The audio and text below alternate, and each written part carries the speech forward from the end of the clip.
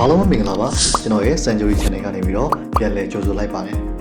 အခုချိန်ဒီမိတ်ဆွေတို့ရဲ့ content တွေမှာရိုးရိုး font တွေကိုပဲအသုံးနေတော့လားဒါဆိုရင်တော့မြန်မာ font အလားတွေကိုဖုန်းထဲမှာပဲ down နည်းနဲ့အသုံးပြုနေတွေကိုကျွန်တော်နဲ့အတူလိုက်ပြီးတော့လုပ်ကြည့်ရအောင်ဗီဒီယိုလေးမစခင်မှာကျွန်တော်ရဲ့ channel လေးကို like and subscribe လေးလုပ်ပေးအောင်နော်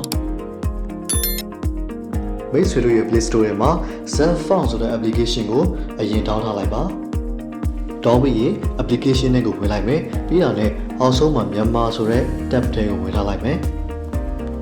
ဒီမှာရွေးချယ်စရာမြန်မာ font အလားတွေအများကြီးပဲရှိတယ်ဒီတွေကမှမိတ်ဆွေတို့ကြိုက်တဲ့အရာတစ်ခုကိုရွေးပြီးတော့ down လိုက်ပါကျွန်တော်အားလုံးကို down ထားလိုက်မယ်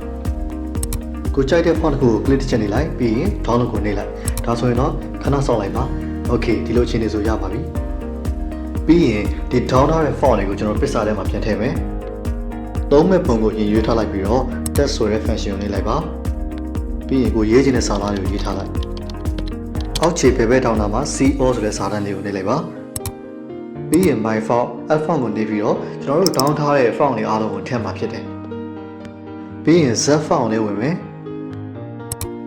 မြန်မာဆိုတဲ့ file ထဲမှာ font တွေအားလုံးကို select all လုပ်ပြီးတော့အားလုံးကို select လိုက်မယ်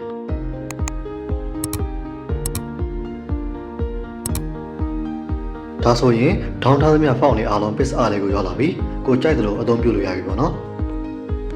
ဒါလို့ဆိုရင်မိတ်ဆွေတွေအားလုံးလည်းလုပ်တတ်ကြမယ်လို့ပြောနေပါတယ်ဒီလိုမျိုး mobile editing နဲ့ပတ်သက်တဲ့အကြောင်းအရာတွေကိုသိချင်နေဆိုရင်ကျွန်တော်ရဲ့ comment အောက်မှာမေးထားခဲ့လို့ရပါတယ်နောက်ဗီဒီယိုတွေမှာပြန်တွေ့ပါမယ်အဆုံးအထိကြည့်ရှုရတဲ့အတွက်အားလုံးကိုကျေးဇူးတင်ပါတယ်ခင်ဗျာ